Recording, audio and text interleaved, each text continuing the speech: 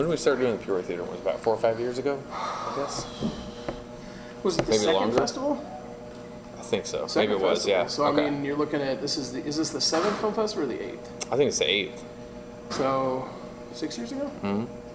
Yeah. 5-6 years ago we started doing the double features. 4 of us just kind of, we all have backgrounds either in radio, TV, or stage. We were really just 4 jerks that wanted to get drunk and like make fun of movies, really. A couple of things that typify midnight movie culture seem to be paying for what's the opposite of like the good experience in a theater, which is you want quiet, good quality films, Right. as opposed to loud assholes Right. and crap films. So, do you guys mind saying a little bit about what you enjoy about B cinema and this kind of experience? Sure. I don't know. I think I can find as much joy in a bad movie than I can in a good movie. Oh, yeah. You know? And a lot of these movies, even though they're bad, they weren't made to be bad. That's one of the things that, it does kind of annoy me about certain modern movies where they're trying to deliberately to be bad. These aren't. These are done ineptly but passionately. People love the medium and they had no clue what they were doing, but they still loved what it was. They weren't trying to be bad. They're trying to make something amazing, and that does come through, even as bad as some of the movies are. And so we're showing some movies tonight that are, one that's by a guy who was one of my favorite directors, a modern director, Chris Mim, and he makes things, in an old retro style, and you can tell how much passion he has for the filmmaking process. That's one thing that's cool about doing these, though, is we've really got, not only showing the old public domain kind of movies and stuff, but kind of showcasing some of these independent works that people don't get a chance to really see, and kind of working with discovering these upcoming directors and writers that want to showcase their work that's an homage almost to classic 42nd Street style cinema or just independent horror films. I think that's one of the most fun parts of doing this, really, is discovering these things and kind of sharing that with everybody. And when we found some absolutely amazing stuff, some of the older public domain stuff that we haven't seen hasn't been seen for ages, and we're just kind of discovering. And there's new stuff that we found that has just been, some of my favorite movies we've actually found when putting this stuff together. So. Yeah. We're kind of in a unique situation where, for 8 years we've been doing the film festival. So we open up submissions. We have hundreds of films come to us. Well, this year I think we're going to crack 1,000. I know we're going to crack 1,000 this year. Yeah. It's ridiculous how many we've got pouring in. But it's like we take the time to watch these, and whether they're good enough for our film festival, which is usually 20 hours of programming, it's a full weekend, and we usually pick the best of the best, but also sometimes the worst of the worst. It's like we have those few films that we play every year where it's just like, oh shit, I've never seen anything like this before. People have to see this. We've showed a few movies where it's like, unless you really know about it and chase this down, you'll never see some of this stuff. So while our unique situation is we get those 1,000+ movies, we do double features every month, so we've got another window for, if they're not good enough for double feature, or if they're not good enough for the film festival, we can still offer these filmmakers a chance to have their movie being seen at one of our double features. And we usually pair it up with something that's sort of connected, we try to do it thematically. Santa Claus conquers the Martians.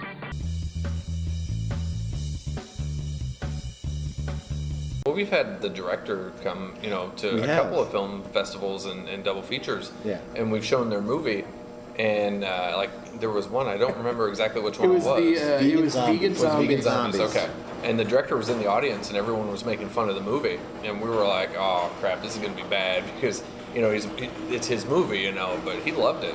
He had a great time. He was louder than anybody else there making fun of it. It's just so funny because the director flew in from New Jersey on his own dime and came and destroyed his movie with the rest of the crowd in front of this crowd. It was like, it was such a cool experience. It's just like, this dude's louder than anybody else making fun of his own product. So we warned him all. It's just a along, great moment. You're going to destroy your film. It's like, okay, so I'm paying money to go. Go right ahead. Go right ahead. Well, absolutely take your monies. Sure. Make sure you sign up for our DVDs.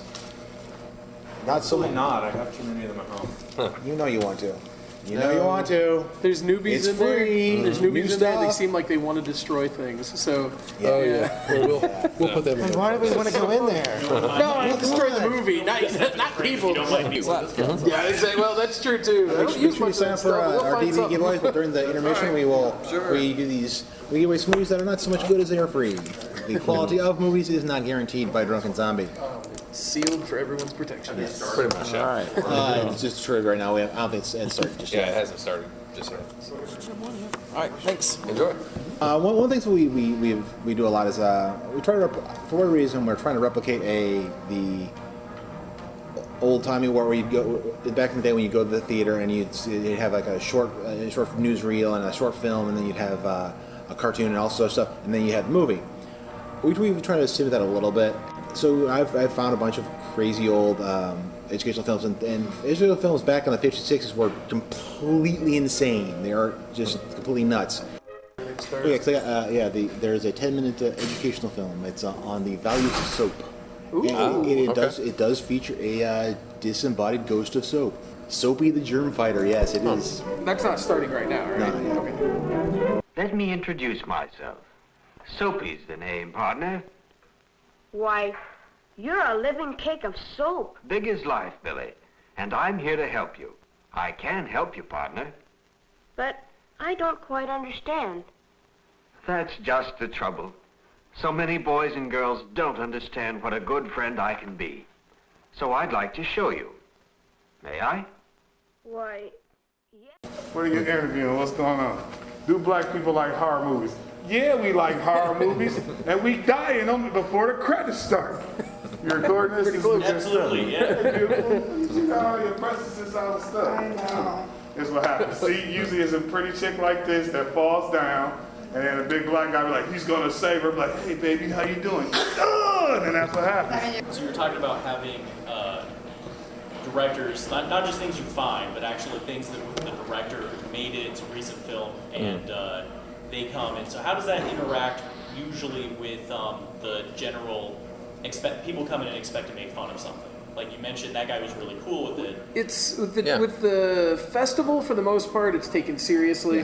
We're not gonna hold anything over. Anybody who wants to have a fun time. I mean, it's one of those things. When we're showing a bad movie, we expect the crowd to interact. Unless it's usually the 11 o'clock movie. Like, on a Saturday. On a Saturday night, there's like the one film that's probably the cheesy one. There's always that one film that's like we call them the Iron Men, because it's one of those things. There's not a whole lot that make it, but sometimes you get those people that come in on Friday, stay for all 6 hours, they come back Saturday and do the 12. And it's like, those are the Iron Men, the guy that actually lasts the full festival, and they earn the final movie. The time we usually save either like the really weird ones, the really out there ones, or just the ones that like, you guys can't miss this. It's like, you have to see this film. Yeah. So. Gotcha. This is probably the only place where you'll ever hear someone say, "Oh my God, it was so bad, I've got to show my friends."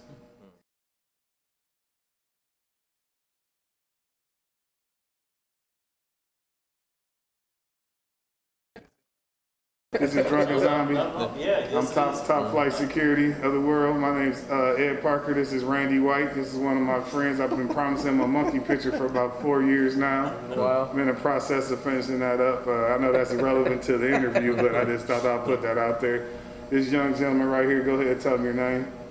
Oh, I'm Wes. That's Wes, and the guy next to him. Dave, yep. That's another cool Caucasian, you know what I'm saying? We're in the process of doing a movie coming out in late 2016. Saying I said late 2016 because we procrastinated. Giving us like a year. Most That's of it, all yeah. It's going to be Kung Fu versus Zombies or something to that effect. It's been we've been talking about it for a while now. I'll probably be the choreographer for that movie. So other than that, that's it. That's my time. You guys have a blessed evening. Peace and love always. Drunken Zombie rules. Awesome.